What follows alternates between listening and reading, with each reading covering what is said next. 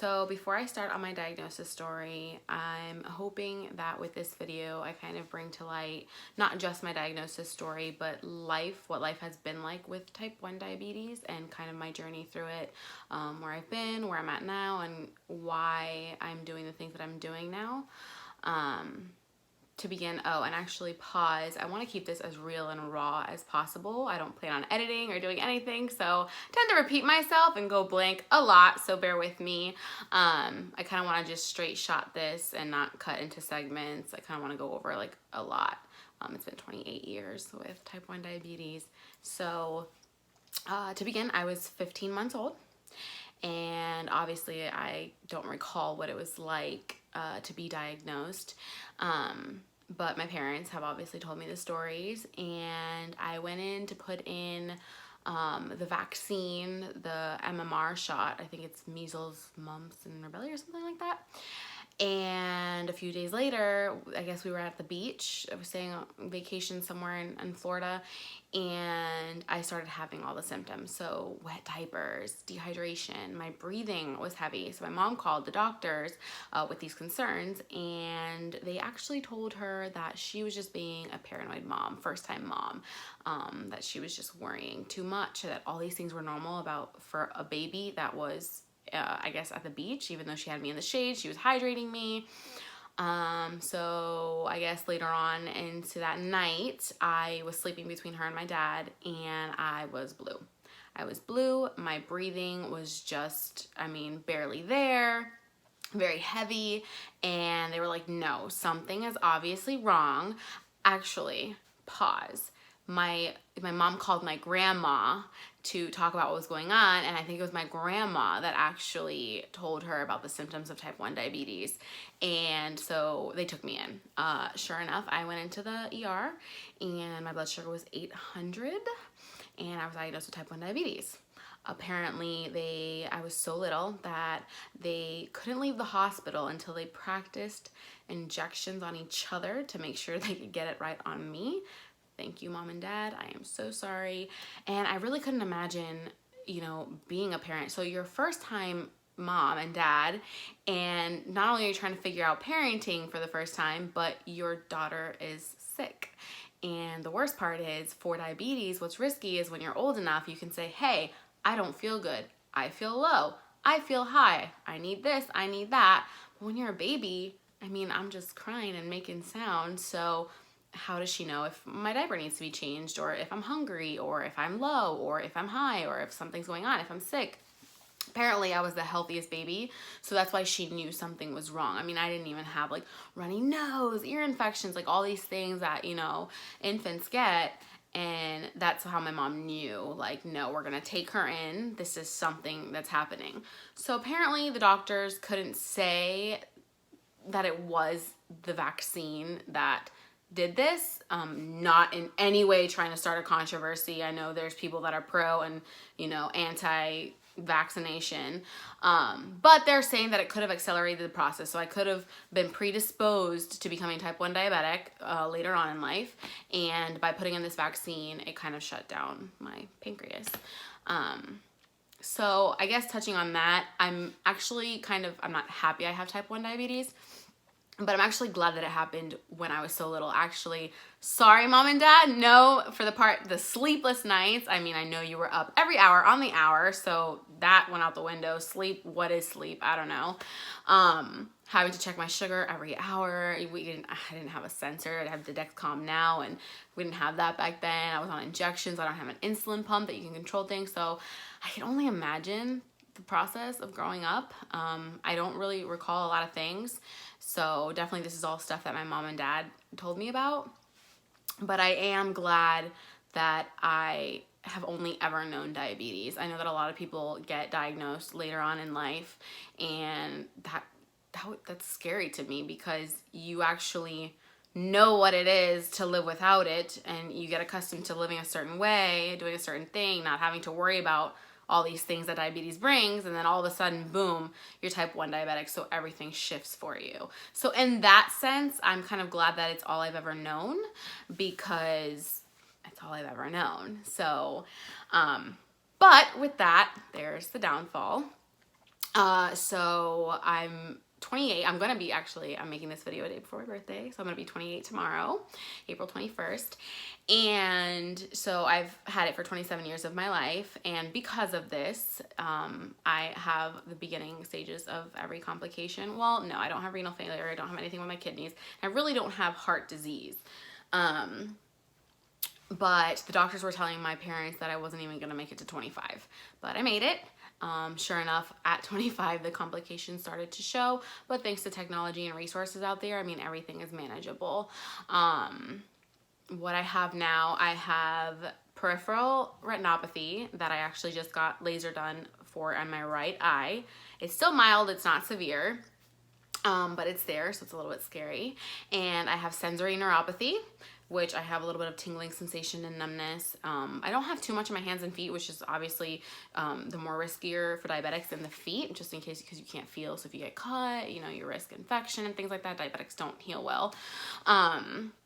And what else? Oh, gastroparesis is the most severe one, I would say. I'm considered mild. I actually have a test that I have to go to, a gastric emptying study, to see if it's even considered gastroparesis, because the doctor's telling me that it could actually be just delayed emptying and not even full-blown gastroparesis. So that's damaging of the nerves. So like I said, it's delayed emptying. That is not fun at all. With that comes a lot of nausea, severe pain, vomiting. There's certain things that I, you know, have to stay away from for gastroparesis, but it's healthy for diabetes. So I'm kind of going back and forth as far as diet goes, because, you know, certain things that I need can't have, so it leaves me, you know, malnourished, and I'm actually going through that right now and trying to figure things out. So that's not fun. My heart, I have a slight arrhythmia, accelerated heart rate. It skips a beat sometimes, so I cough, like I can feel it when it happens. But again, it's not life or death. I'm not taking any medications for any of these complications. You know, I just kind of handle it with diet, exercise, maintaining blood sugars. Is there anything else? No, I don't think there's anything else. Did I mention everything? Yeah. Anyways, so that's what I have going on now. But a little bit of the in-between story and kind of why I started to go public with this. Not that I was hiding my diabetes, but obviously it wasn't necessarily that I was ashamed. I think I was kind of in denial, and it became an insecurity. I looked at myself as the sick girl, you know, as an inconvenience. I felt like a burden to those around me. With this came a lot of anxiety and depression. I'm not proud of, but it comes with chronic illness. I'm learning it's actually normal and part of the process.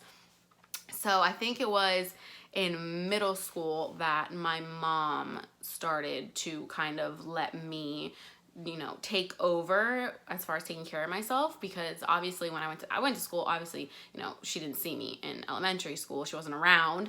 But you know, the clinic lady, and they had a schedule that I always had to go to the clinic, or the teachers were aware, or my mom would call in just to have me check my blood sugar and make sure I'm doing everything that I need to do. But again, it wasn't until middle school that I kind of like, I mean, she never fully steps back. Mom is always going to worry, and mom's always going to be right there on you. But I took a little bit more control. So sure enough, you know, you're going through those stages of figuring yourself out. You want to fit in or do whatever. So I would never pull it out around friends, definitely. So obviously this led to me starting to run high. So going into high school, those were definitely the years that my A1C went up. I'm pretty sure I've hit 11. For those that are watching that don't know what that is, it's your blood glucose average over the course of 3 months. And so 11, I believe, is hitting the 300s. I'm actually not positive. And it's really dangerous, because the problem is lows are instant. So in the moment, I could pass out, I could have a seizure, I could, you know, have some sort of damage done to me. Lows are dangerous in the moment, but highs are dangerous over the course of time. So that's exactly why, you know, all these complications are showing up.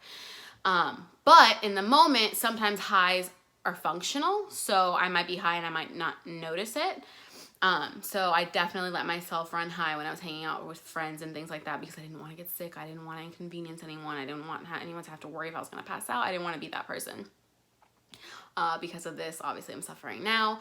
And so high school, really, my immediate friends knew about the diabetes. Obviously I would go to the clinic a lot, so they're like, what's wrong with you, you're always sick. So obviously I explain again to like everyone that was around me, but I wouldn't make it obvious. I actually was an injection, so a pump didn't start until 4 years ago. So I was an injection, so it was easy to hide. I would just go to the bathroom, do my thing, move on with life. And then let's see, after graduation, obviously you kind of, you know, you either go to college and your friends go other places and things like that. I actually stayed local, and I still had my group of friends and everyone that knew. But obviously you're older, legal now, you turn 18, you know, those years 18 to 21, you want to go out, you know, so you don't have the X on your hand, or you want to go get your first drink, things like that. So obviously with that age, I, you know, was hanging out, late nights, partying, you know, eating whatever, 2 a.m., 3 a.m. So definitely those were my worst years for type 1 diabetes. And so it wasn't, let me see. What happened first?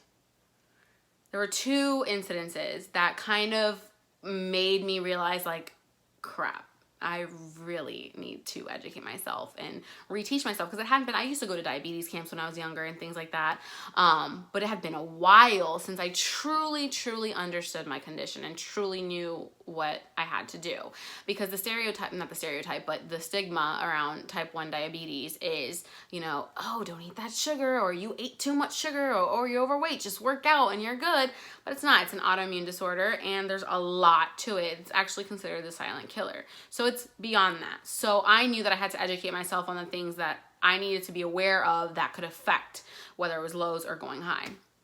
And so I'll never forget, it was called Medici's, and I don't know who was there with me. I'm pretty sure my best friends were obviously there with me, but we were upstairs, the lights, you know, they have the lights going, the music and things like that, but all of a sudden the room started to get really weird, and I was like, all right, something's not right, so let me check my sugar, sitting right here, right now. Didn't even have time to make it to the bathroom because I didn't feel right.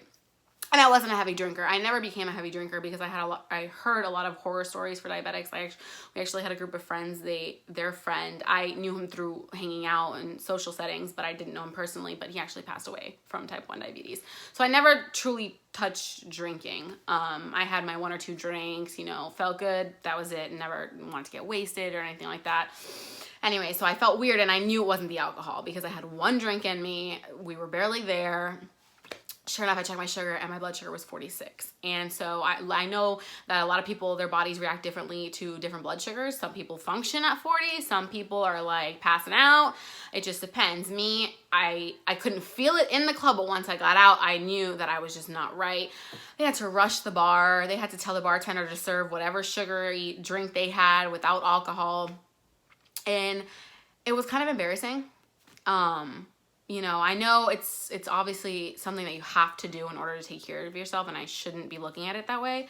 But it was like, I was like, oh, okay, great. The sick girl ruined the fun. And my best friends, bless them, they have been amazing. I have never had, you know, a friend that turned their back to me because I was sick or I ruined somebody's plans or things like that. They were always there for me, and they still are. So that was never the issue, but of course it's an insecurity. Like, no matter how much my support system is amazing outside, it's something within. And I was battling that. And so that's, I think that was 2010. And that's when I started to decline with anxiety and depression. And I used to be that person that was just the social and like I had to be everywhere. I was throwing the parties. I knew what was up, what was going on. I wanted to be here, do this, do that. Like, I was super out there, and I started to retract into my shell.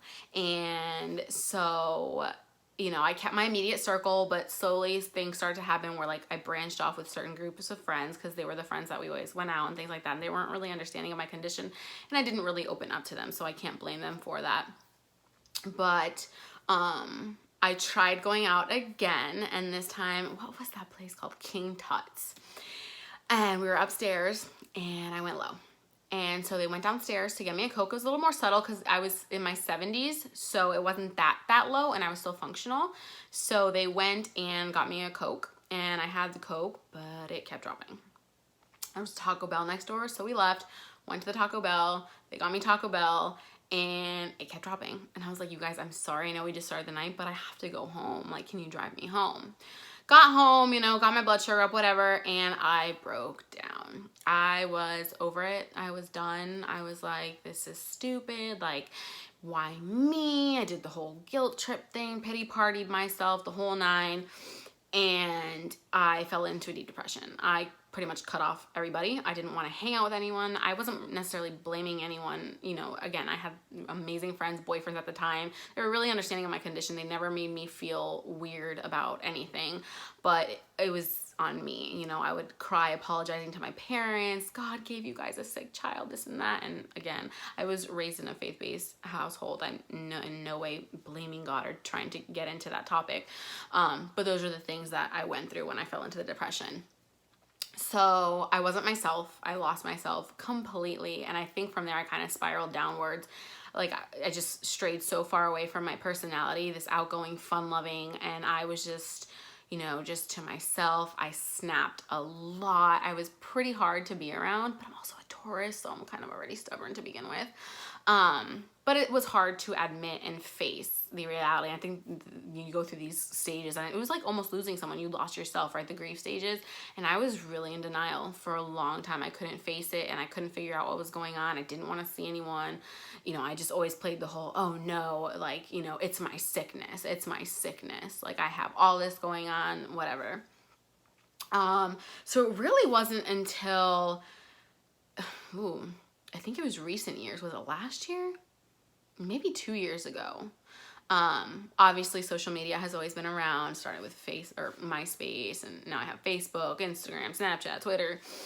And I really don't even know what the turning point was, but something in me said, you know, I have the most amazing support group. I'm strong. I consider, you know, I wish I was stronger with a lot of things, but there are circumstances that I have overcame on my own, and so I would like to consider myself strong. But everything wasn't cutting it. And so I was like, you know what? Let me see if there's support groups out there. Let me talk to my endocrinologist. And, you know, social media is a platform that everyone uses to voice. So let me see if there's support groups. There's no shame. I think I always associated support groups with like AA meetings or anger management. So I was like, is this a sign of weakness that I need to like depend on other people to feel better about myself? But I think I was at a point where I needed other people that understood, because this is the problem with the condition that I have and everything that it brings. It's silent. I physically look okay. Like, I could be sitting here high right now, low right now, and you would never know. And even when I don't feel good, I could say I don't feel good, I could voice it, but I still look physically normal unless I have something hanging out of me or I'm just, you know, on the ground or attached to, you know, machines at the hospital. You really can't tell. And so that's the problem, you know, it's not a problem, but that's why I felt that even though I had the best support system, they didn't understand, and they weren't going to understand. And I needed to hear from people that knew what I was going through, so I didn't feel crazy. Not that I needed reassurance from the outside, but I did need that little kick. And so I found a support group on Facebook, and it was a positive support group. I didn't really want a complaining one. I do strive for optimism always, even though I went through that phase that I was super negative about everything, and I'm still not perfect. I'm working on myself, but I joined the support group, and it was in there that I kind of like sighed, and I was like, oh my gosh, I am not, obviously I was never the only one, but you don't know until you see it and you talk with other people and just hearing stories and things like that. And even people brought things to light that made me feel like, wow, I'm lucky. Like, I really could have it worse. Not that other people's misfortune was making me feel better, but just, you know, ignorance is bliss. So awareness. And then, so I had that, but I didn't post too much. I kind of just followed things, and maybe if I had a couple questions, you know, I would go to see if anyone had been through it or had any advice or suggestions or whatever. Then on Instagram, I never posted anything for my personal friends and family. It was always just my life, never about diabetes. And I think maybe the diabetes walks were the first things that I was posting about. And then slowly but surely, like if I ended up in the hospital or things like that, and then I used the hashtag. So I put my page on public, And obviously the hashtags connect you to other people who hashtag the same thing. And I started getting followers from type 1 diabetics, and I would click on the hashtag and see more type 1 diabetics on Instagram. And that led me to want to create a separate page so that maybe I could have both of these social media outlets for, you know, whether it's communicating or just venting or I don't know, just sharing in general with people and people sharing their stuff. So I created that.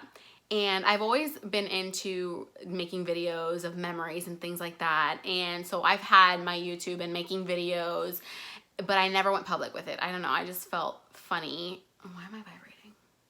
Oh, I thought it was my sensor. What am I talking about? Oh, YouTube. And I had my videos, but I never went public with it. I don't know. I felt kind of silly, I guess. I don't know why. I mean, power to anybody, all the vloggers out there. But again, I'm really awkward talking into cameras. So I never really wanted to label myself as a vlogger. I always have been a writer. I'm very expressive, and everyone around me told me I should start writing, but I never opened a blog or did anything. I never really went forward with really being out there with my condition. It wasn't until I received a message on Instagram that really made me feel like, wow, this might be my purpose. And they were basically thanking me for showing the side of diabetes that people don't show, because there's a lot of people on social media that, you know, they're like into fitness and their A1C is perfect and their blood sugars are awesome. But then there's that side of people that are really struggling to get there, and they're trying their best, but for some reason it's just not happening. And I want to represent that. I want to represent the fact that I went through depression. You know, I've been really deep. I hated life. I wanted my life to be over. I looked forward to going to sleep. I didn't want to be awake anymore. I never did anything like alcoholism, substance abuse, or nothing. I really just kind of wrote it out. Never went to psychiatrist, never got put on meds, nothing. Nature is actually my healing, and music. So I would either just go outside or go to the beach or put in some headphones or just listen to music, look up covers on YouTube. And it wasn't until that person, you know, told me, thank you for showing that side. And I actually had problems. I struggled with, should I become public? Because I'm not necessarily the poster child for type 1 diabetes. But then I thought, is there a poster child? This is my journey. And whether or not I have people who want to follow it to see what I go through, awesome. But if I could reach one person that might relate to my story, that's all that matters. And I actually got more than one, which was amazing, and I just couldn't believe it. And that kind of motivated me, inspired me. Like, I can tell my story. It's okay that I'm not perfect. It's okay that I struggle. It's okay that I have my ups and my downs. It's okay, and that's normal. And I'm finding that that's normal, and I want to share that with everyone. So that is why I am going to start making the videos and kind of shifting my focus a little bit on my YouTube, and I'm gonna try to make more vlogs. I'm not really good at keeping up with like sitting down and talking and talking about things, but I'm gonna try. And yeah, and I'm actually working on something that means so much to me. I actually have a meeting now when I go back to Orlando, and I'm going to hopefully create something for the type 1 diabetic community.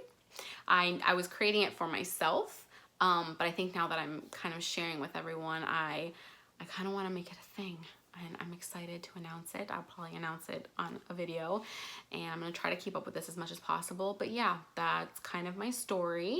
If you have any questions, or you want to message me or comment or reach out, I am super open to that. I've seen all sides of this disease. I've known it my whole life.